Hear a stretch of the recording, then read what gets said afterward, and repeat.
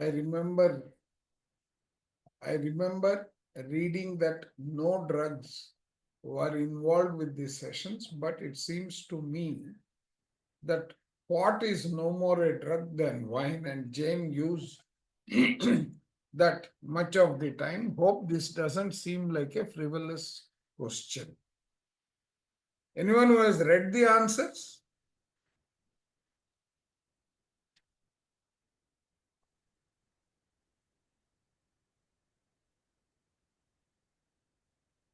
No response. So, do we take it that no one has read, no one has heard? No, I didn't read, sir, any answer or questions.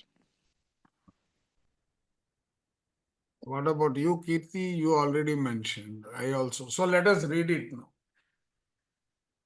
Anyone who would want to help by reading, or shall I play the recording one? And then stop at appropriate places. I can Yeah, do, play. sir. Oh, yeah, we Let's, can play it too. no, whichever is better. Can you play it, Kirti? Or do I? Let me just One. check. Where is it that I have put that? Personal taking drugs and marijuana. Taking drugs. Right? Drink. One second.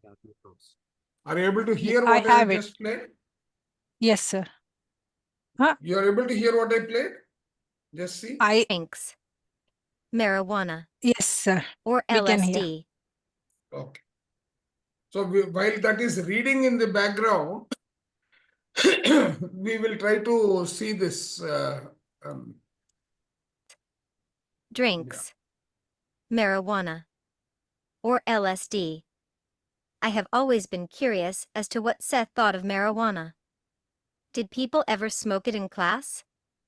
I remember reading that no drugs were involved with the sessions, but it seems to me that pot is no more a drug than wine, and Jane used that much of the time. Hope this doesn't seem like a frivolous question. Barry responds. Your question is not a frivolous question, so let's explore it. First off, people never smoked pot in class. In the normal course of their everyday lives back then, when hippies were alive, active and well, and people pretended to be gay in order to avoid the draft and get out of the military and the Vietnam War, most of the New York boys either had smoked pot or regularly smoked pot as well as did other drugs, but in any case, no one smoked pot in class. Although I can't recall, I would say that probably some people at least once in a while maybe smoked pot in the 5 or so hour car ride up to Elmira, but this is just conjecture now on my part. I don't remember it happening, but it seems possible. Drugs were involved in class in the form of nicotine and alcohol. Alcohol and nicotine are the two biggest lethal drugs in our country, although legal. People drank wine in class. Jane charged a suggested donation or fee of around $2.50 to $3.50 per person for the 4-hour class. Since I hardly ever had the money to pay for class, I would buy an inexpensive bottle of port wine as my contribution. I would also then drink my contribution during many of the classes, as would some others. Gallo port was an acquired taste. And many people would smoke cigarettes, far less exotic than pot, but probably far more harmful. Seth discussed LSD as well, and not much of it favorable if taken in large doses. It was a chemical that exposed an awareness and an expansive cellular memories to the ego before the ego was ready to experience them. This could result in experiencing your own birth and death, or that of others, as aspects of yourself as well. It forced the tripper into a perception of reality that was not geared toward the everyday waking experience, with hallucinations, objects melting, and so forth. In used correctly in small doses, it could be helpful in therapy. Pot was at least natural or from the earth, as Seth said. This is commonly reflected in everyday lexicon, which refers to marijuana as weed. You can't get more from the earth than weeds. Seth did not have the same reservations about pot as he did towards LSD, but he did not advocate it. He believed it best to find and reach these inner spiritual states on our own, with no additives to your mental state, so to speak. If you rely on marijuana as a crutch, and or the only way to find answers, then you probably should stop using it in that manner, and begin to rely more on yourself. I am an alcoholic. According to most Okay. Any question in this? Any question in this answer given? So what he is saying is, anything that is not natural, don't accept it. Be natural. That is the only message I am able to identify. You can get more from earth than weeds. Seth did not have the same reservations about pot as he did towards LSD. But he did not advocate it. He believed it is best to find and reach these inner spiritual levels on your own without any additives. Okay? Just like what Patriji also says. Exactly. Many, yeah. These are artificial means, these are not natural and will not hold. Mm. Right? So next one is he is talking about alcoholism. Let's see. definitions of this condition, I am caught in this illness. Now I haven't had a drink in 13 years, and I don't have a desire to drink at all. The thing is, how does the concept of being an alcoholic, therefore, one cannot ever drink again without triggering alcoholic drinking, fit in with Seth's message that we create our reality? In AA, we have a humorous analogy. Once a cucumber becomes a pickle, it can never go back to being a cucumber again. Doesn't Seth tell us that we can, indeed, become a cucumber again? Barry responds. First, congratulations. There's another saying that sometimes holds true. If it ain't broke, don't fix it. If you are successfully working the AA program and have no desire to drink, that's great. Keep up the good work. Your life. Anyone is able to, everyone is able to follow the AA program, right? What it means? No, sir. The AA program is the de-addiction, the Alcoholic Association program, where they sit and discuss the impact of not being under the influence, right? AA stands for alcoholic addiction. Okay. Awareness program. Correct. Awareness or addiction? No, both. It can count both way. Okay, Because yeah, okay. make educated for to not to drink, that is Sure. awareness. Sure. Okay. I'm so sorry, I'm confused now. The alcohol, drugs, and everything, are we talking about Jane Roberts taking it or Faith taking during his No, time? no, not Seth taking it. See, Okay, okay. first of all, it is Seth's viewpoint on people taking it. Oh, okay, okay, okay, okay, okay. Thank you. Okay. So unfortunately, I did not have time to go through, so we are using this method. Must have been pretty unpleasant and unmanageable to enter the program in the first place. I'm sure you've now accomplished things in your life that you never dreamed were even possible while you were at or near your bottom. So, in practical, everyday ways, it doesn't matter what Seth's philosophy or position may be. If you're happy, then trust your choice and continue on your path. There is no reason to embark on a Sethian experiment, one such as, can I alter my belief system enough so that I can drink and not be an alcoholic? This experiment is not worth the price. On the one hand, you can relapse and lose all your time in the program, and start losing friends, jobs, relationships, etc. And, if successful, on the other hand, you can have a drink or 2 or 3. Is it worth it? If you weigh the pros and cons, what you could gain and what you could lose by success or failure, and is it worth it? I say, no.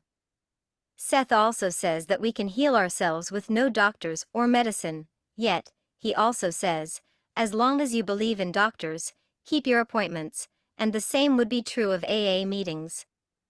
As previously mentioned, Seth did advise people to stay away from crutches, and that would include alcohol if it has become a crutch.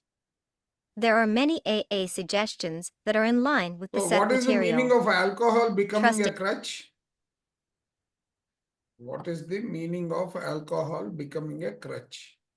Necessity or You are dependent on it. yeah.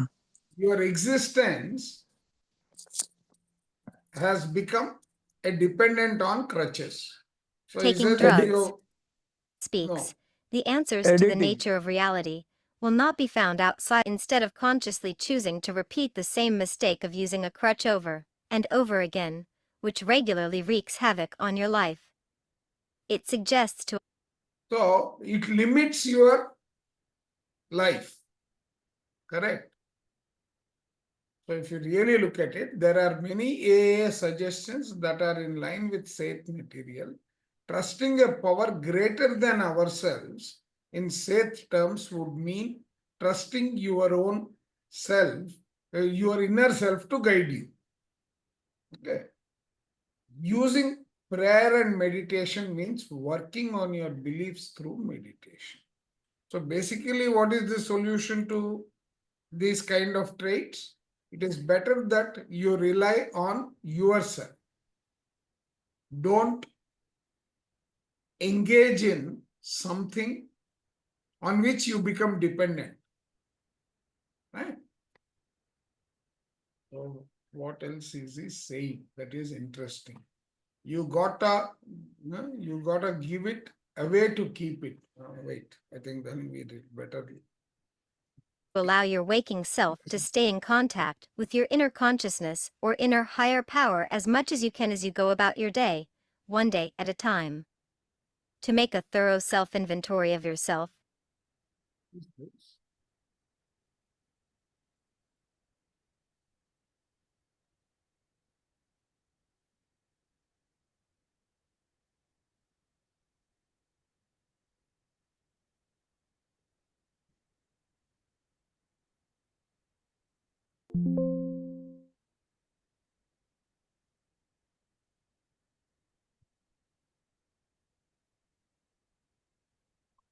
Okay, that means it has. We have to go a little bit behind.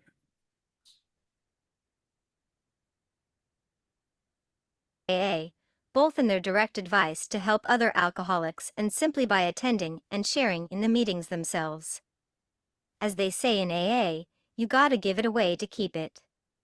Also, being powerless over alcohol and letting a higher power take over simply suggests in Seth terms that it is best to let your intuitional or inner self take over these decisions, instead of consciously choosing to repeat the same mistake of using a crutch over and over again, which regularly wreaks havoc on your life.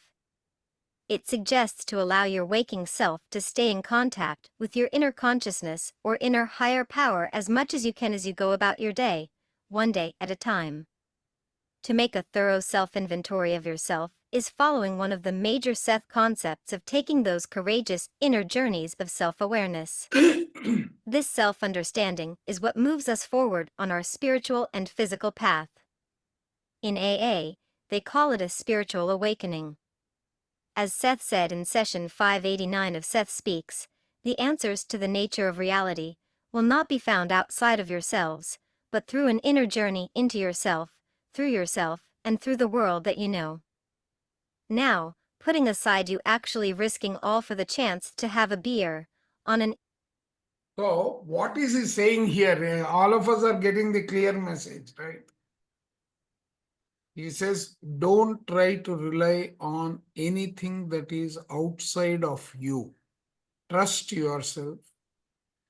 Whatever changes you have to make, identify those, and based on that identification, take your next or put your steps in order and regain control over your unnatural self. The unnatural self is the one that you have become a victim of. Everyone is able to get that message? Yes, sir. Yes, yes. Yeah, right? intellectual level, as a theory to toss about, according to Seth, we create the cucumber and we create the pickle. The pickle you see one moment is not the same pickle you see the next moment. It has been totally recreated by your thoughts.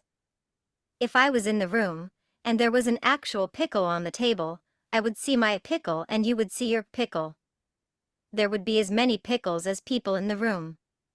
To get back to the AA slogan, the cucumber is So what does pickle here mean? The Achar. one which he said, right? Yeah. Marinated achar, we can say. No, it is not marinated achar. Here he means what you Perspective. have prepared. Mm. Yes. What you have prepared. That means that is the reality that you have created. Rely on the same reality to come out of what you have created. Rely on yourself. Because there would be as many versions of what you have created as there are people in the room. The past is alive and well and changing and multitudinous. You have an infinite number of probable pasts, presents, and futures, all ongoing, all further creating their own flowering of even more pasts, presents, and futures. In some of these, you have died, killed people, been killed, drank with no problem, never drank at all. There are various situations. You create your reality for a reason that you have chosen. You joined the Alcoholic Association and so on and so forth. You chose Alcoholic Association for a reason that has benefited you. We create our own reality. You have created a reality in which you had a severe drinking problem, found a great solution, and then decided to face all your feelings, fears, and pains without the escape of alcohol. Booze would keep you from truly consciously searching your mind, heart, and heart to understand why you feel what you feel. Perhaps in the past lifetimes, you similarly avoided this inner quest and said to yourself, I am self, I am gonna create a lifetime in which I face my fears, my pains, and see with a clear eye why I do what I do. I am tired of running. Hey, the 20th century looks cool. Here I go. So basically, he is exteriorizing his thought process behind the entire initiative. never the pickle anyway. The past is alive and well and changing, and multitudinous.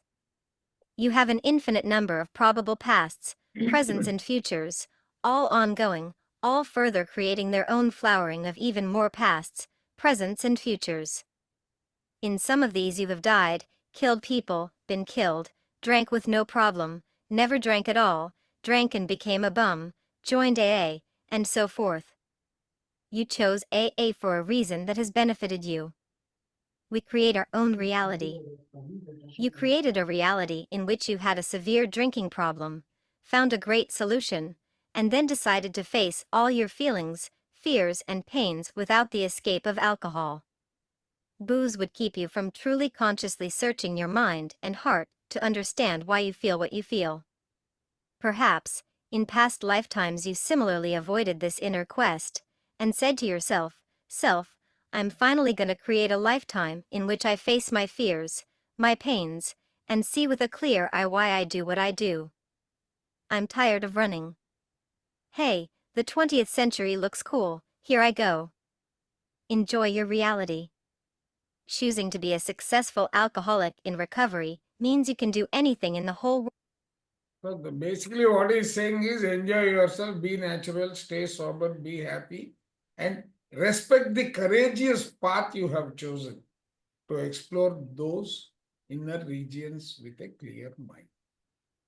Now, See, a brief discussion if we stall here. Is being alcoholic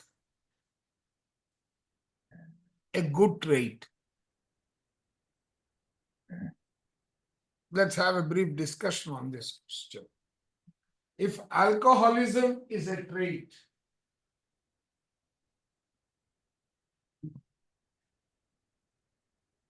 yeah, any thoughts?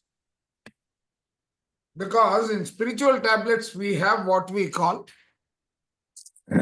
alcoholic versus non-alcoholic. But both are states of our existence, correct? Yes. Can you think of any practical application of this quality? Yeah, you do sometimes for socializing or when you're on the work and you have No, meetings. not that. Now, look at the in-depth meaning of alcoholism. What is being an alcoholic? Keep on doing same thing, or Correct. That Ex- means you cannot do anything else. excessively. No, No, you cannot do depending. anything else other just than doing the on same. what you have become dependent, correct? Correct. Yes, sir. So can you use I mean, this for, can you use Yeah. this for,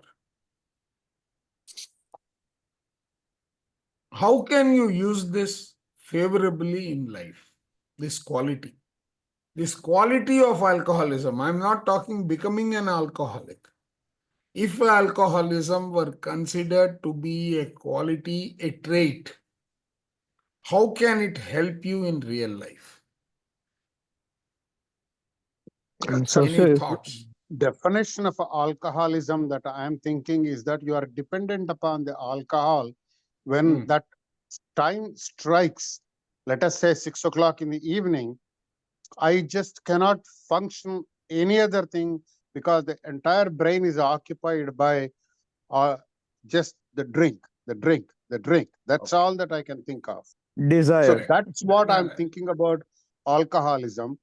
So saturated with a desire to be in a state where I mean, my brain gets a little bit numb at that point of time. So, Or and getting then intoxicated with no, instead of needing to, alcohol with meditation. It is needing to, getting not, intoxicated. The answer is right. yeah. Without intoxication, your survival is threatened. That could be the other interference, right? Yeah. It's a conception. Whether you can survive or not is a different thing. But the conception that I cannot survive is my feeling. Okay, but if it were to be something I want to put to use, a quality in me,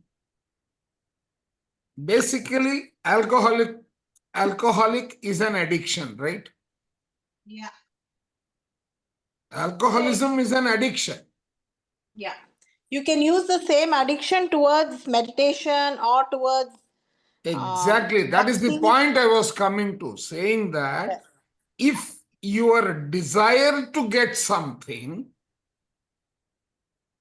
is an obsession, is an addiction, you can utilize that state of your existence for working wonders in your real life. But how many people will think about like that? Like we are No, thinking. see, for example, let me tell you, somebody is suffering from some problem. Okay. Now, if he has to come out of it, the state of his existence is, I need to come out of it, come what may. Right? Are you getting me what I'm trying to communicate? Even if Yes, it's sir. not spiritual, for example, my husband is so much into running, like he's a soccer coach, or even my kids, even if it's raining, I mean, even if it's drizzling, raining, even if it's a vacation, they cannot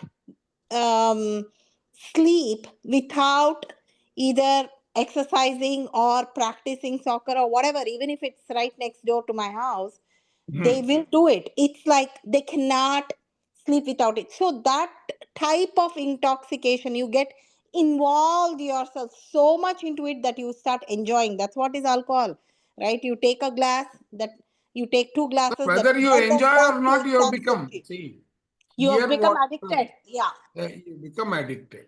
The Yes. same And the quality body of gets used to it. addiction, you can also become consciously addicted, Yeah. not unconsciously, but becoming consciously addicted. When you are consciously addicted, right? When you are consciously addicted, then you can work your way out of any kind of a situation. This sounds like I became an alcoholic, a dependent, but the same quality of alcoholism I am going to use to come out of the rut that I have created for myself. Yeah, some Sir, people has are a you, go ahead, sir. sir, are you saying that meditation or is like alcohol addiction, that one cannot stay without it once they get used to it I'm at a not particular saying appointed time? I'm not saying meditation is.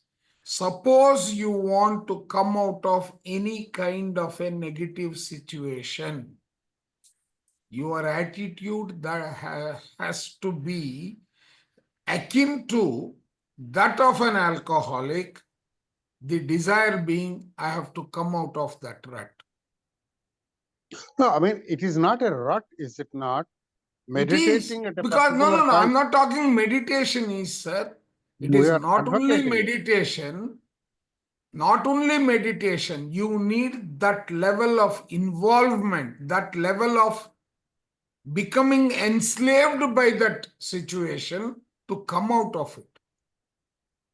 Oh, but if it is a good thing, if it is a contributing to you, why would you want to come out? You won't. But in the initial days, if you are not like that of an alcoholic, you will never be able to come out. It's hard Because to you will understand. start giving, it is not hard to understand. Suppose you are diabetic. Okay. Are you under Okay. the control of medicines all 24/7? Expect it to be, because we take one No, pill it's or not. one If injection. you Yeah. want to come out, do you have an option?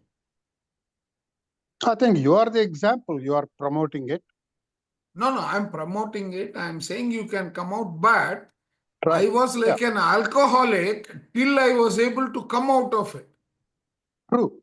I agree, because we So don't I'm know. saying that alcoholism as a quality can be utilized for our life being improved, not the state of alcoholism. I mean, not becoming a victimhood, not the Yeah. victimhood of alcoholism, but applying that as a state for you to come out of. Okay.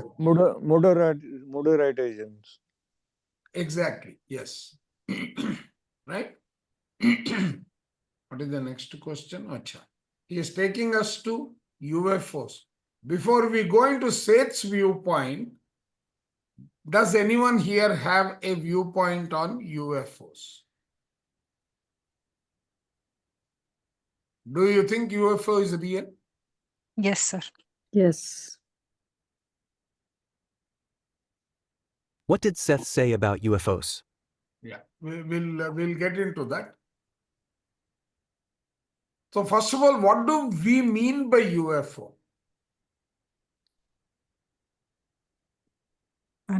Unidentified flying object. That is the English expansion of the acronym. Correct. Mm. Mm. But what does UFO mean? It means, you have said, unidentified flying objects. Let's leave the flying. Anything that is unidentified is a philosophical way of looking at UFOs. Whether Astral it is travel. or, Astral travel. all of them. Anything that you are not able to identify with. from the definition if we pick up,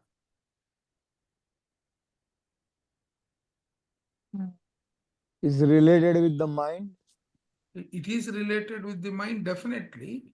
You are not able to identify what it is. That could become a fear or something else.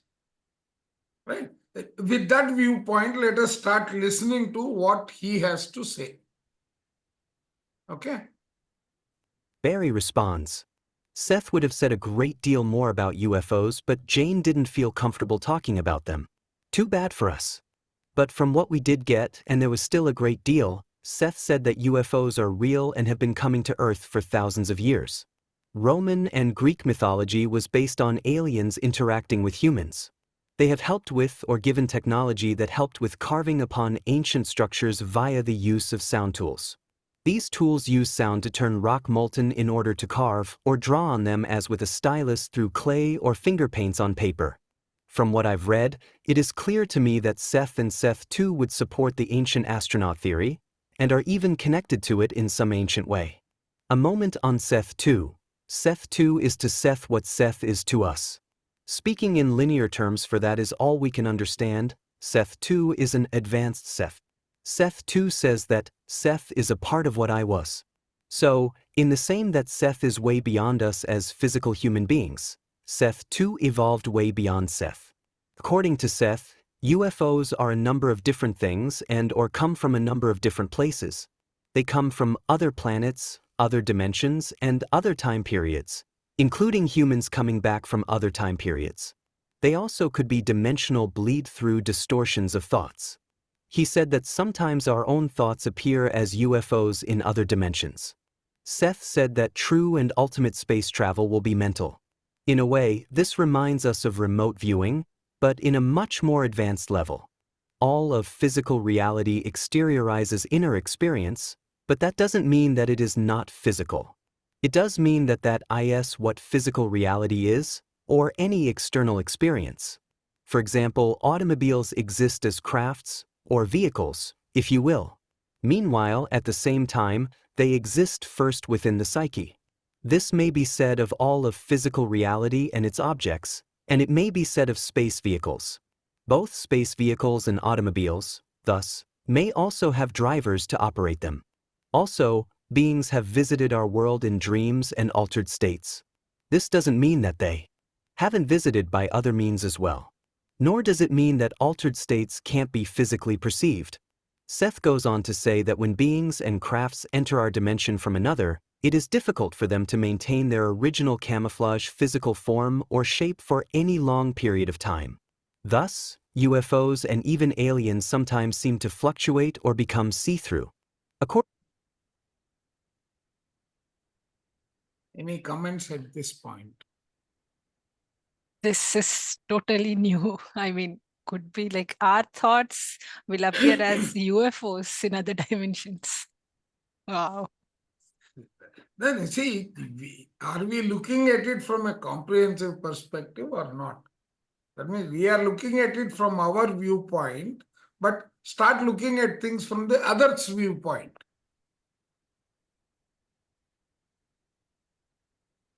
Right? So what is he saying? He says,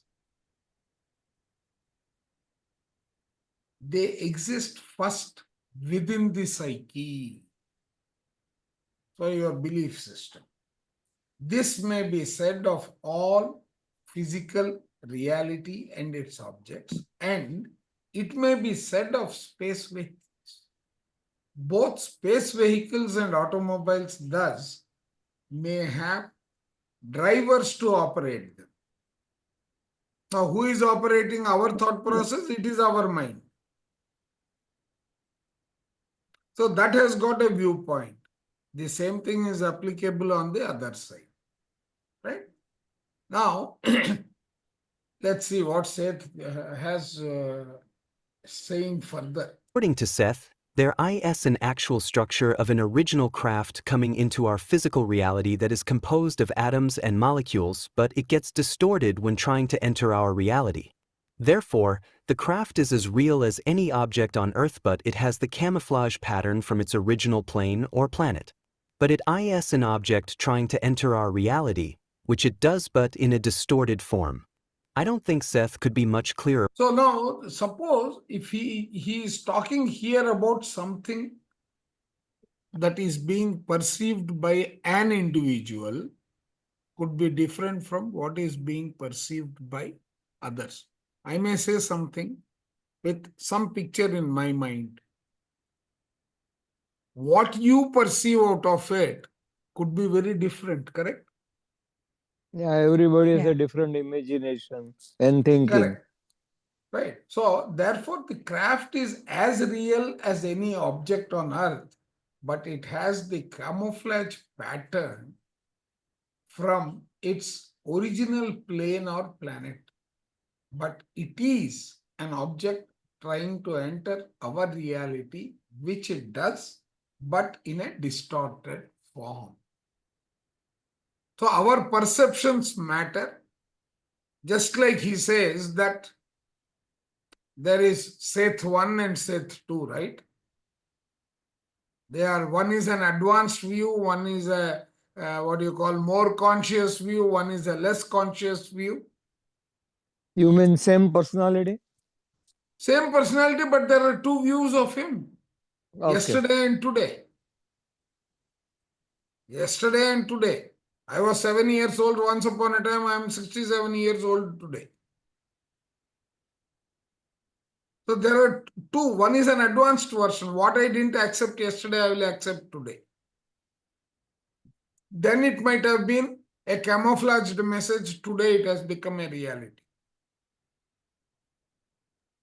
Forget even when we were 7 years old, I think 4 years before coming into PMC, we were different. I mean, once Exactly. the knowledge has come, the way we look at the same situation is entirely different. Maybe tomorrow, after the Seth ends, the way we look, we are completely aliens. Exactly. So that is precisely what he is saying. So, in another way, very subtly, he is saying live in the moment. Very subtly.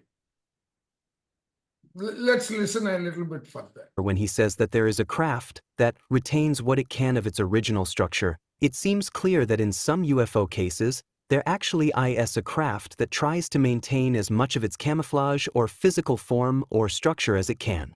In its attempt, it pulses and fluctuates and shoots off in various directions. Seth has also clearly talked about some sort of physical landings as best as can happen with a structure that is fighting and fluctuating to keep its form in our reality. In any case, he clearly states that pressures push against the vehicle itself. You can't get around the fact that here Seth talks of the crafts as being physical and real. In other words, there are some crafts with their own home-base structure that do not look as it appears to us in their distorted forms. It's like our reality forces a funhouse mirror effect on the forms, distorting them with great pressure. People or beings from other systems of reality appear in our reality, and they come in physical crafts upon whose structure experiences tremendous pressure from our atmosphere or reality, contributing to distorting the shape of the actual craft compared to how it appears in its own plane or planet. Okay. Now, if this were to be the case, can't it be in our communications also? Yeah. We don't know. Yeah. We don't No, realize we that. stick to what we think is reality rather than reality per se. Right. Right. Our So are we beliefs and not our perspective. exactly? And he says, right? I think let's listen further because this fellow's language and modulation is very good, I find. I see nothing about them not being physical, although I do see that there is more to them being physical than their physical appearance to our five senses. But this may be equally said of all objects, including the computer screen and the floor you walk upon. How does the concept of you create your own reality, Wisor, fit in with UFO-related experiences, like? No. So now he's going to the next question. Are we all in agreement with the first answer? So what is the takeaway message for us?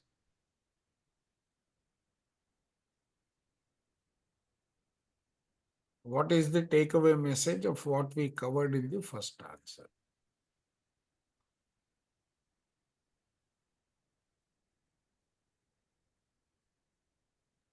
There is more to I think them. Sir? I think each one will have their own conception, just Correct. like each one will have what UFO is Mhm. or where UFO is coming from. The same way, I think we all have different opinions about Exactly. meditation or the results or the experiences of it. Correct. And we have to depend upon the guidance from experienced people like you are. When you say your diabetes is No. cured by meditation, we believe because we have no experience of it. And some others Correct. may not believe. Some others may not believe, saying that, no, I cannot quit my medicine or injection right this stage. I'm dependent upon it. So I think that's what the message seems to be.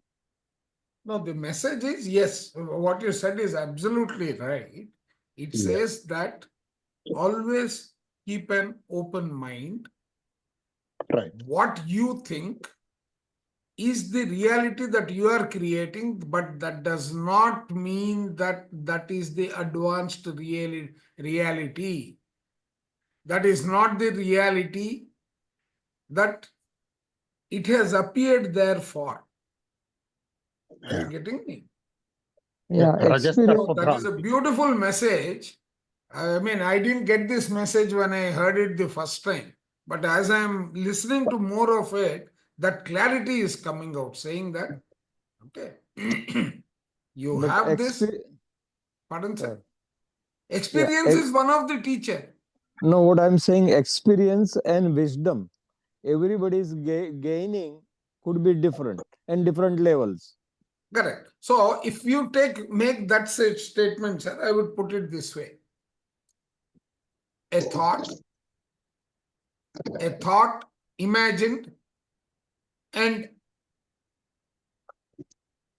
not really experienced is still a thought, correct? Right. Or it is information. When you have experienced it, only then does it become wisdom. Because you have got learnings. Okay? When it has exteriorized, you take a learning out of it. So what it means is, those thoughts that have not yet experienced, that have not exteriorized yet in any form, that means you have not experienced them, they are UFOs as far as your reality is concerned. Is that a right message for all of us to take? Yeah.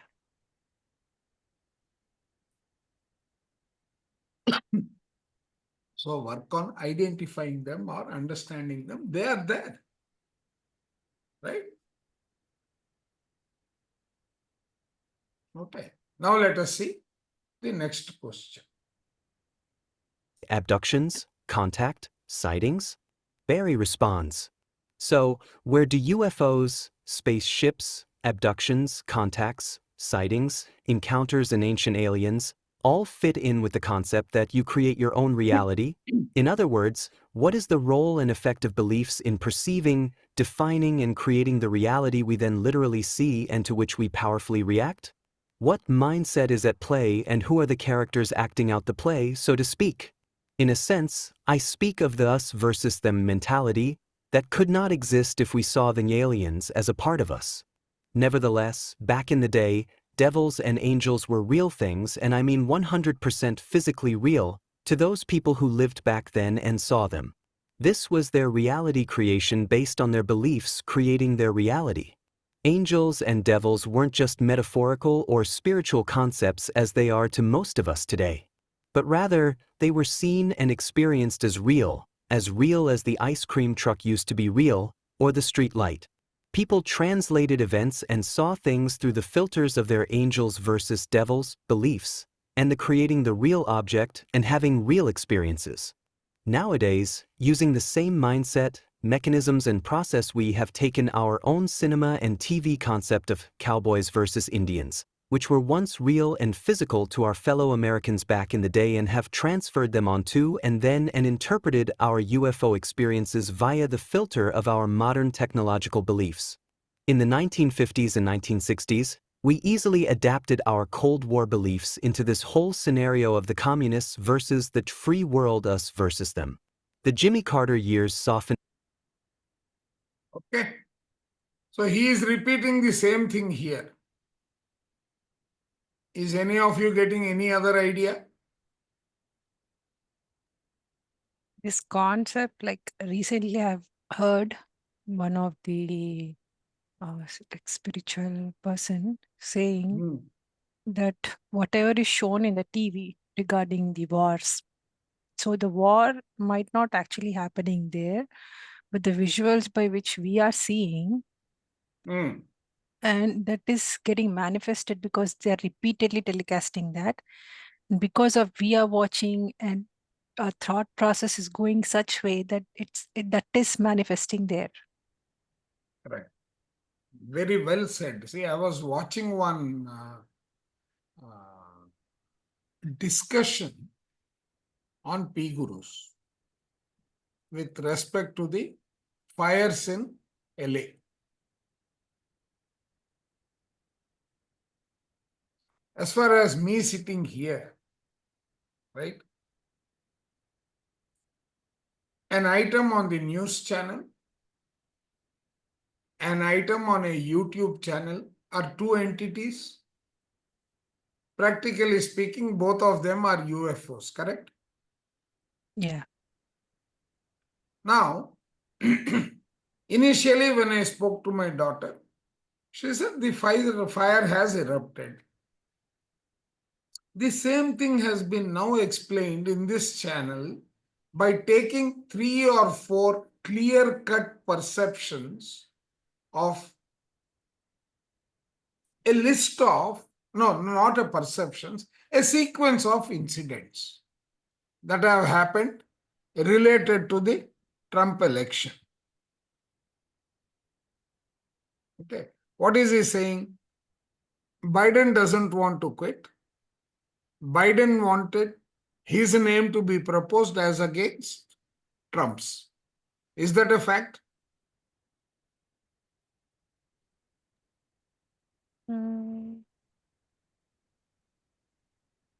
Biden wanted to repeat his office for one more term.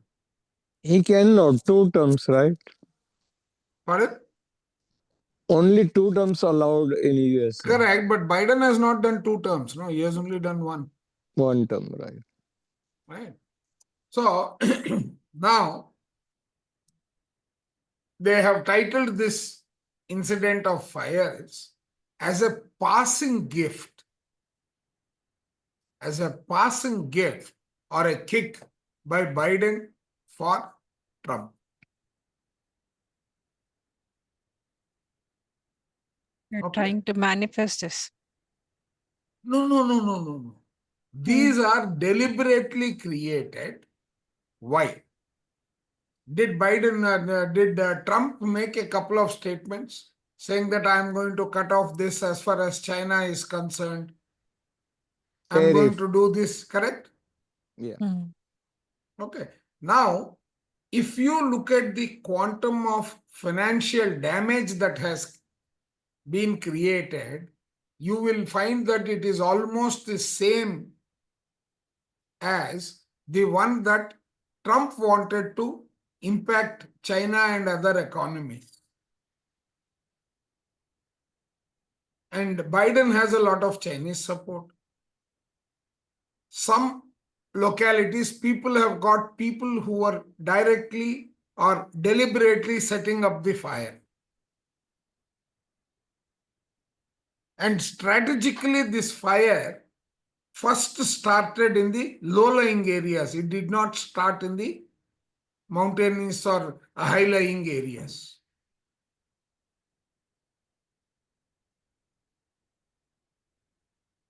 The fire that started in the low-lying areas, all the resources, water resources, etc., was used up in fighting that fire. Is that a fact? No, the reservoir was empty on the top. No, that is, no, reservoir became empty because the available resources were consumed in fighting the fires in the low-lying area. Okay. Once that was done, then the fire erupted in the higher Higher area. areas. Where is the water? How will the water reach the higher areas? Right. They also go to the extent of saying that certain people who supported the Biden ideology, their houses were intact, even though both sides the neighbors' houses burnt off. So whom are suffering are innocent people. So are suffering the innocent people. Are you looking at it? So now, if your mind is able to look at all of these, that is one reality that you are able to create. Otherwise, whatever is being told to you in the TVs and other channels, that becomes the reality that you agree with. Both are realities. One is true reality, another is created reality. Exactly. So that is what you are likely to be exposed to in these circumstances. See, look at this. What is saying? In the 1950s and 60s, we easily adapted our Cold War beliefs into this whole scenario of the communists versus the free world, us, communists versus us, right? Or us and versus them. My view against your view. The Jimmy Carter years softened our view, and we had movies like E.T. and Close Encounters, but relatively soon we went back to fearing the ever-lurking great and powerful other once again. And as communism lost its hold, Islam served as a great substitute. And today, we can add the invading aliens on our southern borders as well. Right? Our view, and we had movies like E.T. and Close Encounters. But relatively soon we went back to fearing the ever-lurking great and powerful other once again. And as communism lost its hold, Islam served as a great substitute. And today we can add the invading aliens on our southern borders as well. And so, today, the cutting-edge UFO thought still is populated with us versus them characters. We now have alien wars. Aliens fighting to save the Earth and those trying to enslave the human race. We have ancient alien theories in the same vein. It's still and always now the good guys versus the bad guys, the cowboys versus the Indians, all over again just in different garb, on different horses' chariots, so to speak, and in different time periods. But most importantly, the beliefs involved have not changed, just the props and wardrobe.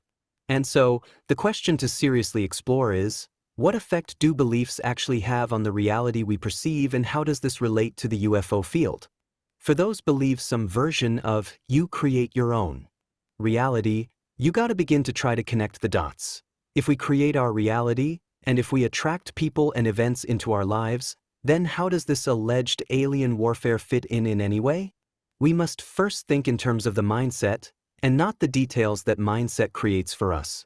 And the mindset is, US vs them, angels versus devils, cowboys versus Indians, the USSR versus the US, terrorists versus the world, aliens versus each other and the world, all now dressed up in spacesuits and UFO horses instead of chariots in the sky and battleships on the seas.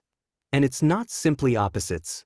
It is the idea of good versus evil, of perpetrators needing victims, of victims needing saviors and saviors needing victims, and all of them needing their villains, and all of them playing their roles for their infinite variety of intimate reasons. For the sake of our discussion, now we need to ADD in the details.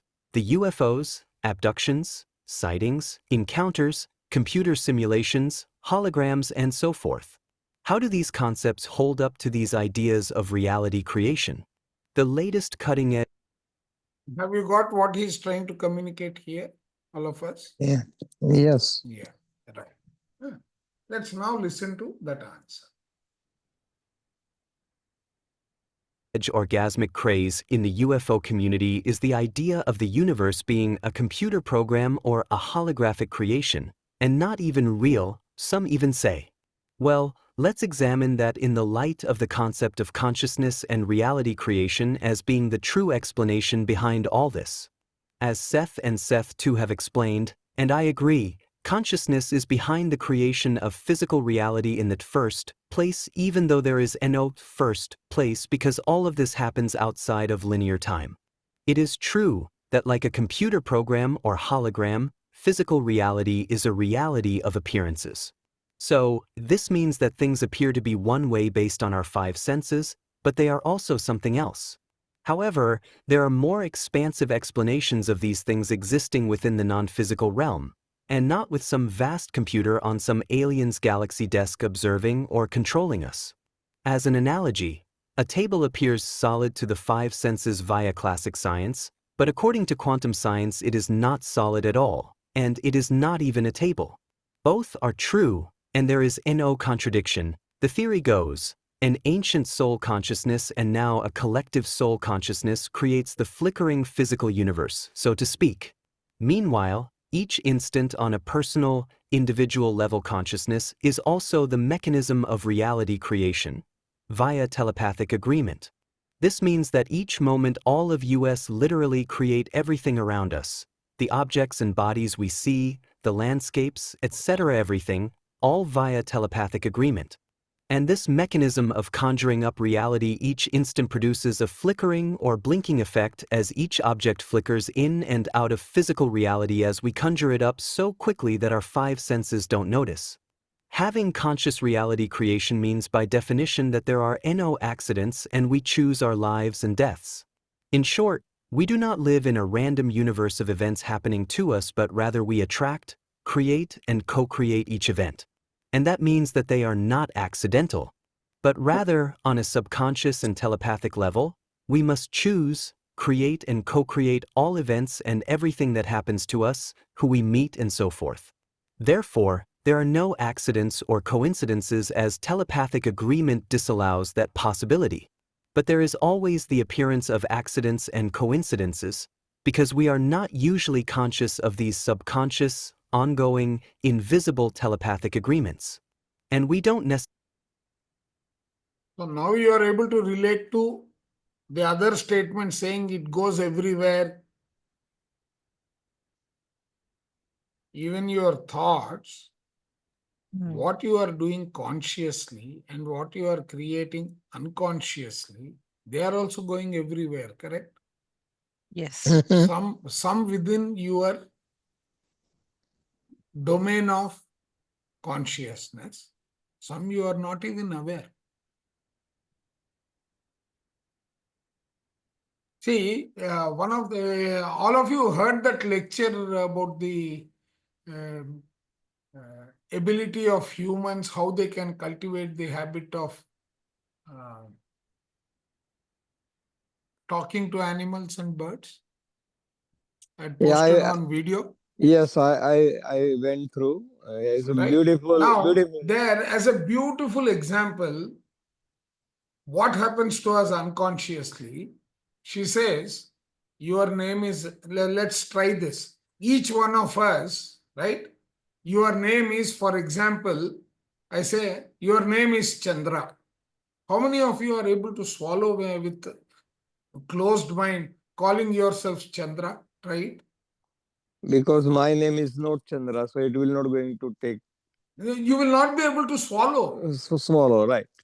Right. That means there is an inner mechanism which has got its perception, its experience, which is driving the body, Right. the actions. Yeah, everybody is a unique identification. Correct. And you may not be aware of it, but the body Is aware is of that. aware of that, and its actions are accordingly taken. Response taken, yeah. Right? That's a beautiful example if you try. I mean, you got kinesiology, etc. Those are the advanced versions of the same thing. But a simple thing. You call yourself by your name, try to swallow. Close your eyes, call yourself by a different name and try to swallow. There will be two experiences. Can all of you try that if you have not tried it? Sure, sir. Just call yourself your actual name and take one gulp.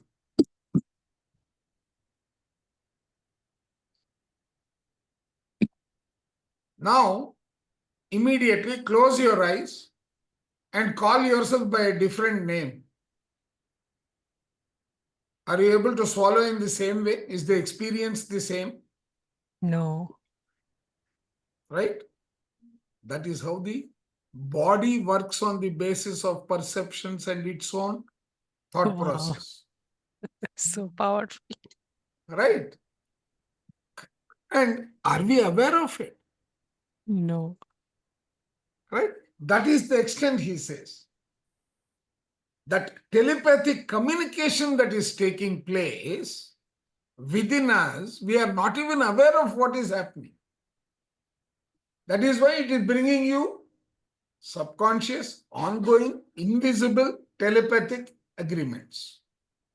The same thing if I call myself by a different name and I am doing it with the awareness that I am calling it to play a game. Try it, whether you are able to swallow. I am calling myself Chandra. And you try to gulp as a game. You are doing it with awareness. Then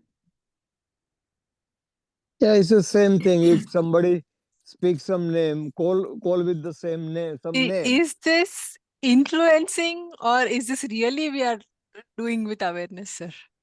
when you do it with awareness, right, you are taking control of that situation. Okay. Your conscious self is taking control of the situation. You are able to do it. The driver. But then there is also a hidden driver which you are not aware of. That responds to a registered opinion. Subconscious. Yeah. Exactly. Right. So there are all these things that are happening well within you. That's why when you enter into spirituality, first thing they'll say, don't watch TV, don't watch news. No, be in the awareness that the news is one point of view. It is your UFO. Right? Necessarily attract and create that which we consciously want. The way it works is that we attract and create what we most strongly believe, consciously or subconsciously, not necessarily those beliefs of which we are most consciously aware. This would also hold true with every UFO sighting, encounter, abduction, and so forth. And in this process of conscious reality creation, NO objects are actually ever solid and they are never always their beauty, rather they continuously flicker or blink on and off, each instant as we create them, conjure them up and back down again, so to speak, out of physical reality, and then back in, over and over for eternity. And if true, then this means that the universe is not a computer simulation or a holograph, but a natural flickering living and ongoing adventure. So, to review, we not only create the objects that we see, but we create the whole of physical reality each moment as well. You can say that this is the forever repeating Big Bang and Tiny Bang theory. And the process of consciousness creating reality is a flickering affair, with objects and with all of physical reality, forever flicking, forever coming in and out of physical reality each instant so fast that our five senses can't perceive it. And it is this natural flickering that some people sometimes perceive. And when they do, their personal proud state-of-the-art high-tech cutting-edge cyber sci-fi high strangeness beliefs dictate to them that this flickering must be some alien or majestic colossal computer simulation, program, or holographic universe. And that explains why they keep seeing Keanu Reeves cartwheeling in the corner of their eyes as they fall asleep. but it is the filter of our beliefs that dictate to each one of us how we define, explain, and/or categorize the reality we see. Thus, this must be a hologram or computer simulation which also blinks and flickers. Yet, I contend that this is actually just the natural flicker and blink of consciousness creating reality. And what seems to be a computer simulation is what the actual process of reality creation looks like. The universe is not a computer simulation, but rather it is a consciousness stimulation, which is what reality is. It is not a hologram. It is our home. We do need more and more public discourse on all the various UFO-related theories, and not stay broken up in eggshells of factions, so to speak, like political parties. We need a wide range of public discussions and discourse to better help us to understand the amazing field of the UFO phenomenon, to ultimately best assess any disclosure that may occur by the government, the military, and/or the scientific community. We all need to come together on this. Finally, but slowly, this eggshell is being chipped through by various groups, individuals, and sources in and out of the UFO community, and that includes the scientific community, the military, and just the everyday Jill and Joe eating pizza on a sunny Thursday afternoon with a 30% chance of rain. As I listen now to public discourse on the radio, like Coast to Coast, TV, movies, and many websites, it seems to me that now so much of our supernatural/metaphysical way of thinking has been overtaken by this high drama, cowboy versus Indian mentality, an extension of the scientific political societal fears recently from the 1950s Cold War, far back to the Salem and European witch hunts, back to the Crusades and Inquisition, the Romans, Greeks, all their gods, and as far back as you can go. So today, we have outer space or other dimension aliens who are now the bad guys trying to take over the Earth, the self or the nation from the good guys, the humans, and the world is at war. It is no longer a World War I, II, or III, but rather an Earth war against other planets, galaxies, dimensions, and/or universes, all hovering in their dark jungles waiting to attack our village, Earth. And so now, today, we suddenly realize that there are ancient astronauts who have been at war with each other forever. This, of course, is our modern technology version of the Roman and Greek gods. These are our technologies, and the Earth has been invaded by them. Forces of evil are still forever fighting forces of good, because this is still the fabric of the deepest reality that our fears allow us to imagine. It's our ancient subconscious fears being projected both back into the past ancient aliens and onto the present and the UFOs regarding occupants or controllers. If you listen to politics, if you listen to supernaturalists, if you listen to the discourse on ghosts, UFOs, and aliens, it's all once again the same cowboy versus Indian, good guys versus bad guys all over yet again. The thing is, this mentality of thinking does not even allow for the existence of any spiritual evolution over the millions of years that these beings have visited us. We now see them as villains millions of years ago, and today, unchanged, we still see them that way. It seems to me that now people can't even imagine the concept of a spiritual evolution within the self and within these beings who are hundreds of thousands or millions of years old, and so we keep projecting onto them earthling thinking. And we remove the togas or feathers of the gods and give them high-tech, sci-fi garb and toys with their high-tech supernatural powers and good versus evil all over again, enslaving selves, nations, and Earth itself, once again codified into groupthink. Yet, to me, it's really just ancient, old-fashioned witch hunt crazy talk blindness that's always been there but now appears in a metallic glare guise with cyberports of technologies, electronic beeps and quivers that dress it all up and make it seem so super modern and in the know. But the use of technological terms and talking about super scientific instruments doesn't make this infantile and most primal of fears any different now than it always was yesterday or thousands of years ago. Yeah. That brings us to the end. Yes. So any comments or takeaways?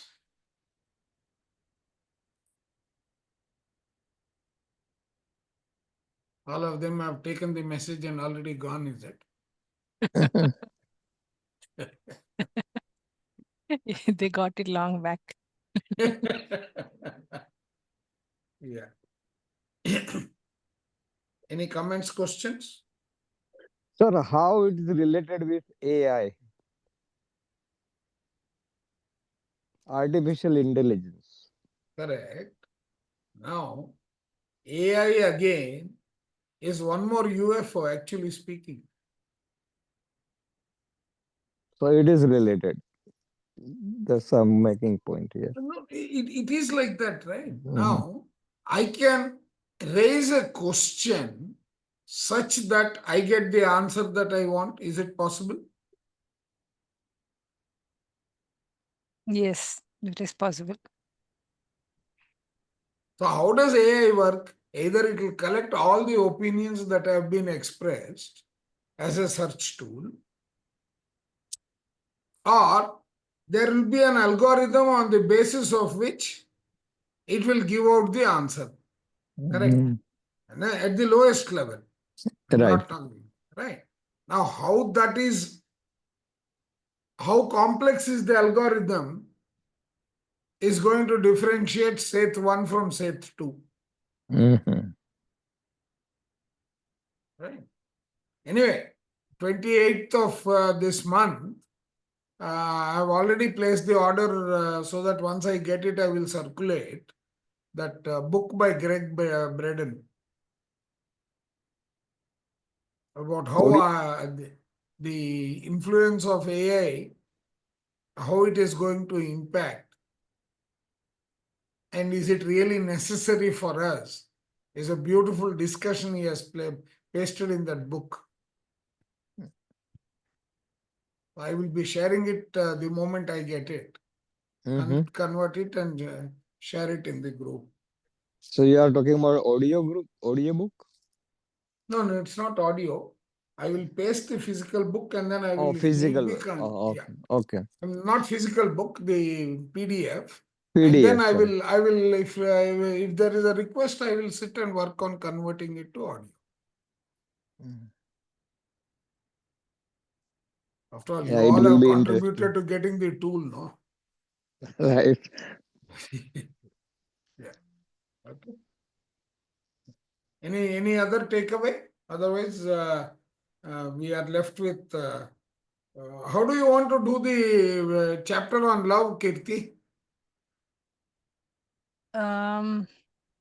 Shall I Is it convert it possible? and give? Yeah, Yeah, is it it's possible? possible. Oh, yeah. Because this reading is quite good enough, no? Even the Yeah. modulation. Yeah, even the pace, like, Yeah. not, yeah, we might go slow and all. This is at one pace, then we can follow. Sure, sir. Please, if you can do it. Oh, I will do it. I will do it. Yeah. Okay. Yeah. Thank you then. Thank you all. Yeah, thank you so much. Okay.